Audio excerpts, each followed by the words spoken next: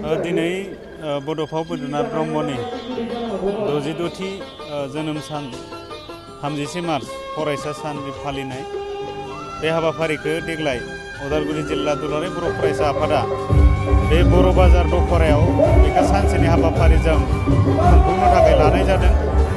बेखौ उदालगुरि जिल्ला दुलाराय बर' फरायसा आफादजों लोगोसे बर' बाजार दखरा एबसुनि हेफाजाबाव बेखौ दिनै खुंफुंनाय जादों। हाबाफारि बायदियै फुंबिलि समाव जोंनि आफादनि फिरफिला बिरहोनाय आरो बड'फानि मुसुखायाव बिथांखौ मान होनानै बिबार बावनाय हाबाफारि, बेजों लोगोसे बड'लेण्ड सोमावसारनायाव जायफोर बिर जोहोलावजोफोरा बर' हारिनि खामानि मावनानै मुंख्लं जालांबाय बिथांमोनखौ गोसोखांनानै मुंख्लं खाम्फायाव बिबार बावनाय हाबाफारि, बेनि उनाव गेवलां मोनसे सावरायनाय बड'फानि सानथौ सानस्रि आरो आदर्शखौ लानानै मोनसे गेवलां सावरायनाय बे हाबाफारिखौ लादों। दा बेवहाय फुंखा सुबुं एबा गाहाय आलासि महरै जोङो काजियामाति जौसिन गेजेरारि फरायसालिनि गोरायुं मानगोनां बिथां गहिन चन्द्र बर' बिथांखौ जोङो हांख्रायदों आरो बे मेलनिनो बेखेवगिरि बे बर' बाजार गोजौ फरायसालिनि गाहाय फोरोंगिरि मानगोनां कातिराम नार्जारि बिथांखौ जोङो हाबाफारियाव हांख्रायदों आरो दिनैनि हाबाफारियाव जोंनि हांख्रायनाय बायदियै बे उदालगुरि जिल्लानि सिङाव थानाय मेलेमजिबि बिथांमोना बाहागो लाफैदों आरो बर' बाजार ओनसोलनि सिनियर एबसुनि दैदेनगिरि बिथांमोन आरो बे समाजनि दैदेनगिरि मानगोनां मेलेमजिबि बिथांमोना बे हाबाफारियाव बाहागो लाफैदों आरो मोनफ्रोमबो दखरानिफ्राय फरायसुला फरायसुलिफ्रा बे हाबाफारियाव बाहागो लाफैदों।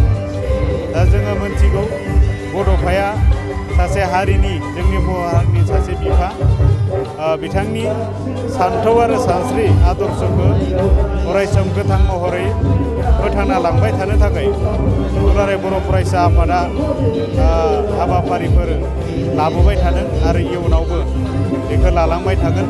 आरो जोंनो बर' हारिखौ बुहुमाव हारि हिसाबै थांना थानांगौबा जोङो मोनफ्रोमबो बिथिङाव सांग्रांथि जानांगोन आरो बर' हारिखौ बुहुमाव गेरेमसा हारि दानांगौबा जों बयबो खौसेयै खामानि मावनांगोन आरो जोंनि गेजेराव खौसे थायोबासो गोजोना फैगोन। आरो फैबाय थानाय समाव जे बिथां बड'फा उपेन्द्रनाथ ब्रह्मआ गोथार सिमां नुलांदोंमोन जोंनि बर' हारिखौ खौसे खालामनानै मास्टार रेस दानाय, दा बेनि थाखाय दुलाराय बर' फरायसा आफादा दिनैसिमबो खामानि मावगासिनो दङ।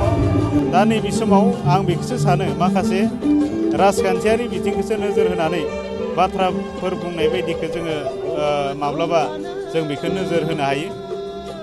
दा आं सानो बेबायदि बड'फाया जोंखौ फोरोंलांदों जे बुहुमाव नोङो हारि हिसाबै गसंथानांगौबा जों खौसे जाग्रोनांगोन, अब्लासो जोंखौ सुथुरा नाख्रेबनो हानाय नङा। दा फैबाय थानाय समावबो जोंहा दिनै सोमावसारनायनि गेजेरजों जों दिनै मोनथाम एकर्ड जों मोनबोनो हाबाय। गिबियाव जोङो BSc एकर्ड मोनबाय, बिनि उनाव BTC एकर्ड मोनबाय, दायो जोङो सोमावसारफिननानै दिनै जों BTR होननाय मोनसे एकर्ड खालामफैनो हादों। आरो बै समाव जोंखौ बड'फाया लामा दिन्थिलांदों जे बर' हारिया गसंथानांगौबा जों सोमावसारनायनि गेजेरजों जोंनि थांखिखौ जों इयुनाव जों जाफुंहोनांगोन। आरो दिनै BTR एकर्ड मोननायनि उनाव जों माखासे दफाफोर दिनै जों मोनबोफानो हाबाय। बे दफाफोरखौ मावफुंनो थाखाय दिनै भारत सरकाराबो आसाम सरकाराबो दिनै आखायाव लादों आरो फैबाय थानाय समाव निस्सय बे जोंनि BTR एकर्डआव थानाय दफाफोरा मोनफानि उनाव मोनफा मावफुंजालांबाय थागोन। जों बेखौ बयबो हेफाजाब होनांगोन आरो बे दिनै एकर्डनि जाखांनायनि उनाव जोंनि गेजेरनिफ्रायनो जुदि माखासे नंथारि बाथ्राफोर बुंनाय सुबुंफोर ओंखारोबा खिन्थु जोङो थांखियाव सहैनायाव जोङो हयथ' जेबायदि जोङो सहैनांगौ थाबैनो जों हयथ' सहैनायाव गोबाव सम लानो हागौ।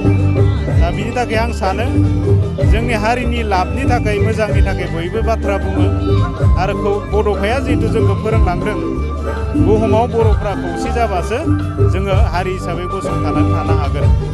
फैबाय थानाय समाव जायफोर दिनै बुजिलायनाया एसे गोरोन्थि जादों, सानलायलायनाया दिनै जोंहा गुबुन गुबुन सानदों, दिनै बयबो सोरबाखौबा जुदि गोरोन्थि नुदोंबा बिखौ सुद्रायनो थाखाय बयबो एखे मोनसे प्लेटफर्माव फैनानै मोनसे टेबोलाव जिरायनानै सावरायलायनानै बर' हारिनि लाबनि थाखायनो जौगानायनि थाखायनो खामानि मावनो आगान सुरनायखौसो आङो दिनै आं बे हाबाफारिनि नोंथांमोननि मिडियानि गेजेरजों आं बेखौसो आं खावलायनो सानदों।